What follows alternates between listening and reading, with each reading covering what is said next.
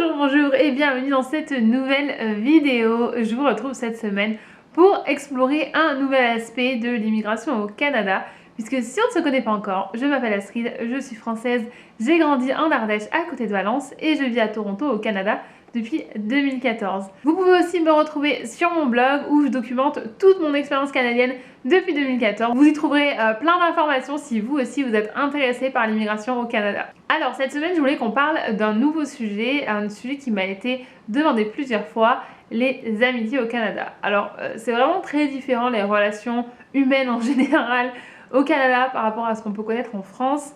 J'ai fait un article sur les relations amoureuses sur le blog si ça vous intéresse, je vous mettrai le lien dans la description. Mais je voulais là qu'on parle des relations en général parce que c'est très différent. Moi j'ai mis pas mal de temps quand même à comprendre comment ça fonctionnait. Alors j'ai pas encore trouvé la recette magique pour comprendre les relations humaines au Canada, mais par contre je peux vous partager mes expériences, je peux vous partager mes observations et vous donner quelques conseils. Alors ce qui était important pour moi quand je suis arrivée à Toronto, c'était de vraiment pas m'entourer exclusivement de français slash francophone parce que j'étais vraiment là pour apprendre la langue et pour moi il n'y avait aucun intérêt puisqu'en plus dans l'idée j'étais supposée rester un an. Je voulais vraiment optimiser cette année pour apprendre l'anglais. Donc vraiment au début j'ai évité tout ce qui pouvait être événements exclusivement francophones. Donc c'est à dire que tous les événements qui pouvaient être partagés sur les groupes francophones, en général j'ai évité d'y aller puisque mon idée c'était vraiment de rencontrer des locaux. Alors attention, à ce moment-là, je ne me rendais pas compte de la difficulté à laquelle j'allais faire face puisque c'est beaucoup plus simple à dire qu'à faire de rencontrer des locaux et surtout de tisser des amitiés parce que les rencontrer, c'était pas trop le problème, c'était plutôt de tisser des amitiés sur le long terme. Alors il y a plusieurs raisons pour ça, mais avant ça, j'aimerais aussi vous parler un peu du fait que les gens que vous allez rencontrer au départ, c'est pas forcément les gens avec qui vous allez vivre toute votre aventure et c'est totalement ok. Alors c'est possible qu'ils avexent certaines personnes, parce que je sais que j'ai déjà vexé certaines personnes en disant ça, mais souvent les personnes que vous rencontrez, au bout de 6 mois, vous en verrez probablement plus la moitié, puisque au début on va se rassembler parce qu'on n'a pas de potes, tout simplement, parce qu'on n'a pas d'amis, qu'on a besoin de soutien, qu'on a besoin d'avoir des personnes autour de nous pour faire certaines choses, mais à la longue on va s'apercevoir que ces gens-là c'était peut-être des gens avec qui on s'est rassemblés parce qu'on avait un projet commun, une nouvelle vie au Canada, mais peut-être avec qui on ne partage pas que ce soit les mêmes valeurs ou que ce soit les mêmes sujets de conversation. Donc ça c'est totalement ok et il faut être à l'aise aussi avec ça. Je sais que ça plaît pas toujours quand je le dis, mais je suis venue 2 fois au Canada, deux fois pour mes 2 PVT avec 1 an et demi d'écart et ça m'est arrivé dans les 2 cas. Donc voilà, à moins que ce soit complètement moi, mais alors bon après c'est un autre sujet. Ce que je veux vous dire ici c'est en fait qu'il faut vraiment pas vous mettre de pression parce que vous recommencez une vie à zéro et donc forcément vous allez rencontrer des gens qui vous correspondent et des gens qui vous correspondent un petit peu moins, mais c'est totalement ok. Ensuite, je voulais vous faire une rapide analyse de mon cercle d'amis. Je sais pas s'ils vont vraiment apprécier que je les analyse dans une vidéo YouTube, mais bon, on verra. Moi, j'ai vraiment... je pense que je suis arrivée à un point d'équilibre entre mes amis français et mes amis non français, en fait, parce que ce ne sont pas forcément que canadiens. Mais aujourd'hui, je dirais que mes amis français, c'est un peu comme ma famille ici, puisque ça fait des années qu'on est ici, ça fait des années que eux sont ici, ça fait des années que moi je suis ici. On est à peu près aux mêmes étapes aussi au niveau de nos visas, donc c'est-à-dire qu'on en a certains qui sont devenus canadiens il y a 2 ans, il y en a qui vont venir canadiens cette année, il y en a qui l'année prochaine. Moi, j'espère l'année prochaine, puisque j'envoie mon dossier dans quelques semaines. En fait, je trouve que le lien qu'on a avec les Français ici, il est particulier, puisque c'est pas qu'il remplace un peu la famille, mais je crois que j'en ai déjà parlé dans une ancienne vidéo où j'en ai parlé sur Clubhouse, je sais plus. Mais j'aime bien en fait avoir cette comparaison, c'est que la famille, c'est des gens avec qui on va avoir aussi des souvenirs depuis qu'on est tout petit. Quand on va se retrouver, on va avoir des choses à partager qui vont nous rappeler des souvenirs de quand on avait 5, 10, 15 ans. Ici, on n'a pas ça. Quand on arrive ici, on perd ce côté-là puisque notre famille, on la voit plus tous les jours. Et de se retrouver entre Français, ça va nous permettre d'avoir des souvenirs en commun puisque même si on n'a pas des souvenirs de famille en commun, on a des souvenirs de pays en commun, c'est-à-dire qu'on va avoir la même culture. Par exemple, vous allez pouvoir parler des minicums, vous allez pouvoir parler de KD2A que vous regardez à la télé et toutes les choses en fait avec lesquelles vous avez grandi et que eux connaissent aussi puisqu'ils ont grandi dans le même pays. Donc ça, et il y a des choses aussi culturelles que même si on n'a pas grandi dans la même famille, des choses qui se passaient dans plusieurs familles françaises, donc on va réussir à recréer une espèce d'environnement familial sans être de la même famille. Je sais pas si c'est assez clair. Et donc mes amis canadiens, moi je les ai rencontrés au boulot la plupart. J'ai une de mes très bonnes amies canadiennes que j'ai rencontrée dans l'avion quand je déménageais. Elle m'a trouvée dans l'avion avec mon anglais tout basique. Elle a eu tellement peur pour moi qu'elle m'a donné son numéro de téléphone en me disant tu m'appelles si t'as un moindre problème et tout ça. Enfin elle m'a suivi jusqu'à ce que je récupère ma valise à l'aéroport avec son mari et leur petit garçon. C'était vraiment trop gentil et aujourd'hui c'est toujours mon amie. Vraiment aujourd'hui mes amis les plus proches ils viennent tous de mon ancien boulot quand je bossais pour les équipes de sport. Parce que c'est aussi l'emploi que j'ai occupé le plus longtemps ici. Donc je pense que j'ai eu aussi plus de temps pour créer des relations. Ensuite, les connaissances que j'ai faites, que je considère peut-être pas comme des amis aujourd'hui, je les ai rencontrées dans des événements. Donc par exemple, ou que ce soit des événements de networking, mais aussi des événements comme le yoga. Par exemple, pendant longtemps, j'ai suivi des cours de yoga.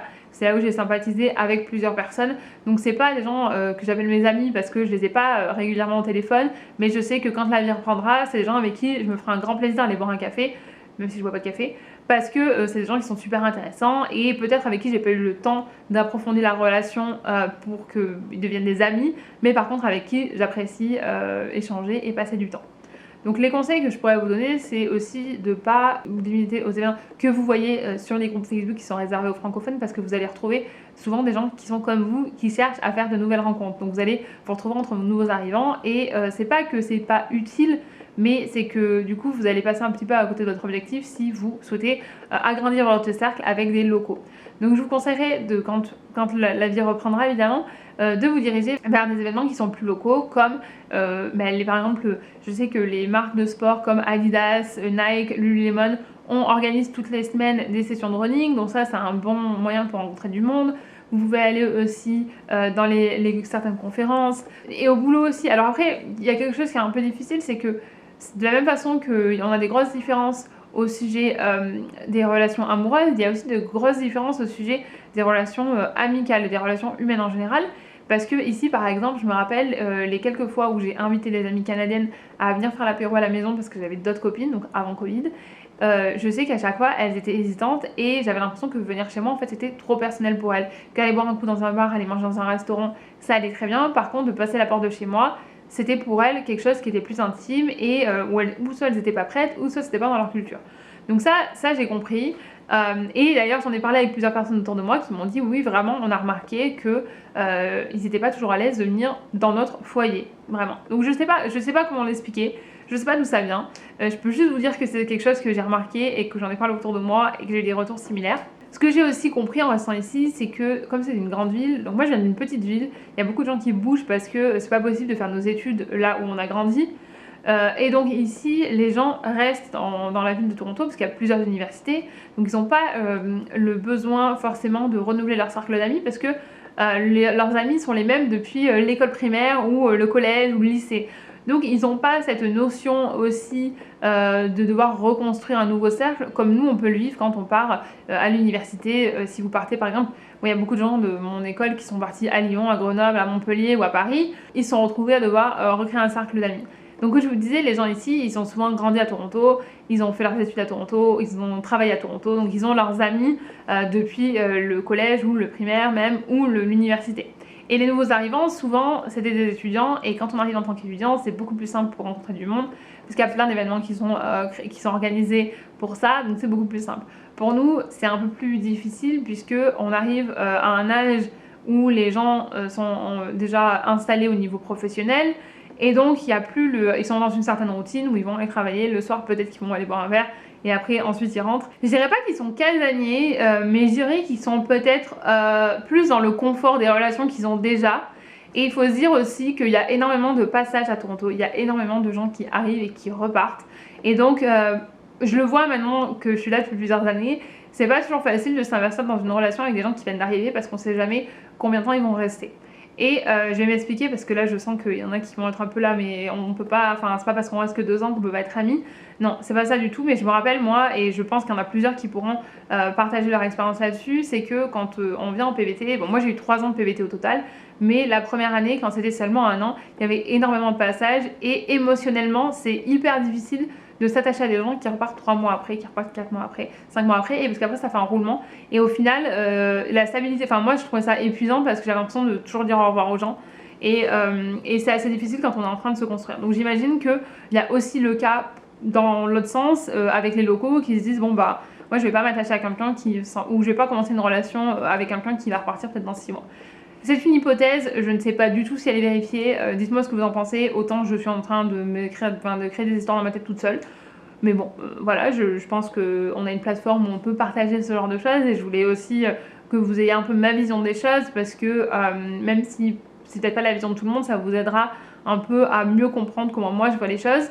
Et une autre chose dont je voulais vous parler, c'est qu'on a une difficulté supplémentaire parce qu'en plus de tout ça, en plus du fait qu'on est nouveau et qu'on arrive dans un environnement où les gens sont déjà bien installés et qui ne sont pas forcément à la recherche de nouveaux amis, on arrive aussi dans un environnement où on parle pas tous très bien anglais et si on est invité à un événement, si on est invité à aller boire un coup ou à l'anniversaire par exemple d'un collègue ce serait l'occasion parfaite pour rencontrer d'autres personnes, on se retrouve dans un environnement qui est hyper bruyant et on comprend un mot sur 2. On en a parlé hier sur Clubhouse où on parlait justement des relations amoureuses et des dates, où on se retrouve dans des événements, dans des dates où c'est hyper compliqué de parler parce que c'est bruyant et que c'est dur de montrer le meilleur côté de soi-même, mais c'est exactement la même chose pour les relations amicales. Vous vous retrouvez dans un bar bondé où il y a la musique à fond, les gens qui parlent super fort et vous qui comprenez un mot sur 2. Et moi j'ai trouvé que c'était très très difficile et je me rappelle en particulier d'être allée manger au resto avec une de mes anciennes collègues de boulot et d'avoir passé en fait le repas à juste faire ça. Et je comprenais rien à ce qu'elle me racontait et même pour elle je voyais que c'était pas agréable parce qu'on passait pas du tout un bon moment. Moi c'était vraiment douloureux, j'étais là non mais en fait viens on finit vite de manger et on se casse parce que je profite pas de ce moment là et le fait que je comprenne, ouais je trouve que ça c'est un aspect que pareil on en parle pas souvent mais c'est pour ça que la solution c'est d'aller proposer quelque chose aussi de moins bruyant, donc peut-être d'aller prendre un café et de marcher en même temps, de faire un pique-nique, d'aller se promener au bord du lac. Parce qu'ici on a le lac, mais si vous êtes dans une autre ville qui n'a pas de lac, trouvez un endroit où aller promener qui est sympa. Et c'est pour ça aussi que je vous recommande le sport, parce que le sport souvent vous avez quand même l'occasion après l'effort de pouvoir discuter ou de pouvoir proposer est-ce que tu as mangé, est-ce que tu veux qu'on aille manger un bout ensemble, et de pas hésiter en fait à proposer des choses, proposer, parce que si vous attendez toujours qu'on vous propose, il y a peu de chances que ça arrive, parce que comme je vous dis, les gens ici sont dans leur routine et ils n'ont pas forcément l'automatisme de demander, et puis ils vont peut-être pas se rendre compte, en fait c'est pas seulement pas l'automatisme de vous demander, mais c'est aussi qu'ils ont probablement jamais été à votre place, ou alors ils sont arrivés il y a tellement d'années qu'ils se rappellent même plus ce que c'est d'être nouvel arrivant et de n'avoir personne, en fait de chercher à étendre son cercle d'amis. Donc de proposer soi-même, et même si vous avez des noms, hein, parce que moi le nombre de fois que j'ai donné mon numéro et où la personne m'a dit ouais je te rappelle on va aller boire un coup machin et tout, et que j'attends toujours, hein, enfin voilà, il faut pas se formaliser aussi quand la personne ne nous répond pas ou ne nous rappelle pas. Essayez de prendre le numéro aussi, parce que si vous donnez seulement votre numéro, bah, vous n'aurez pas trop la main dessus et vous devrez attendre. Et donc on serait plus passif dans l'attente que si vous prenez le numéro et vous pouvez envoyer un message vous-même. Vraiment, en fait c'est un peu la loterie aussi, mais c'est de la même façon que si vous arriviez aujourd'hui en France et que vous connaissez personne, c'est pas sûr que tout le monde vous accueille les bras ouverts, parce que je sais que moi j'ai toujours été comme ça, à vouloir inviter les personnes qui venaient d'arriver, à vouloir être sûr que tout le monde se sente accueilli, tout ça, mais je me rends compte que c'est pas le cas pour tout le monde. Donc il faut aussi se mettre à la place inverse si c'était nous de l'autre côté. Pour résumer, je dirais quand même que c'est important, si vous avez prévu de rester sur le long terme, et encore plus si vous êtes venu seul comme moi, d'avoir des amis français. Ça vous permet quand même de retrouver le réconfort, de pouvoir parler sans filtre. C'est reposant aussi quand on parle toute la journée en anglais, de pouvoir retrouver des amis avec qui on peut parler en français, on peut faire des blagues au second degré, on peut pas avoir nos références culturelles et tout et tout. Moi je trouve ça quand même assez important. Ensuite, c'est vraiment d'aller dans des événements locaux, d'aller dans des événements où vous allez retrouver des Canadiens ou en tout cas des non-francophones ou des non-français. Vous avez aussi des événements qui sont organisés pour apprendre par exemple la langue de l'autre. Donc vous allez arriver, vous allez avoir un appel français ici, vous allez pouvoir rencontrer des gens d'autres pays qui sont aussi peut-être dans la même situation que vous, qui viennent de déménager à Toronto et qui vont être à la recherche de nouveaux amis, mais par contre ils ne sont pas français, donc ça vous permettra de pratiquer votre anglais, puisque c'est aussi ce qui est important en rencontrant des locaux, c'est que vous allez pouvoir pratiquer votre anglais. Donc ça c'est parce qu'il y a quand même beaucoup de gens qui viennent pour apprendre l'anglais à Toronto. Et la dernière chose, c'est de ne pas hésiter de proposer et d'aller de l'avant.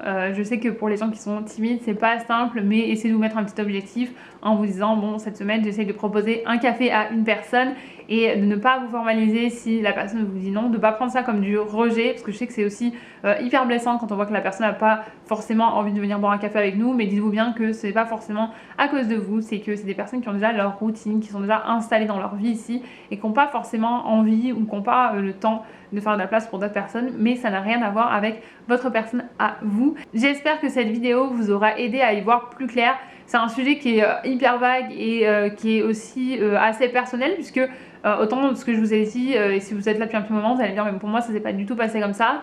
Donc ça c'est mon expérience, ça n'engage que moi, c'est par rapport à mes observations, par rapport à ce que j'ai pu tester. Mais bon, ce que moi je dis n'est pas une vérité universelle.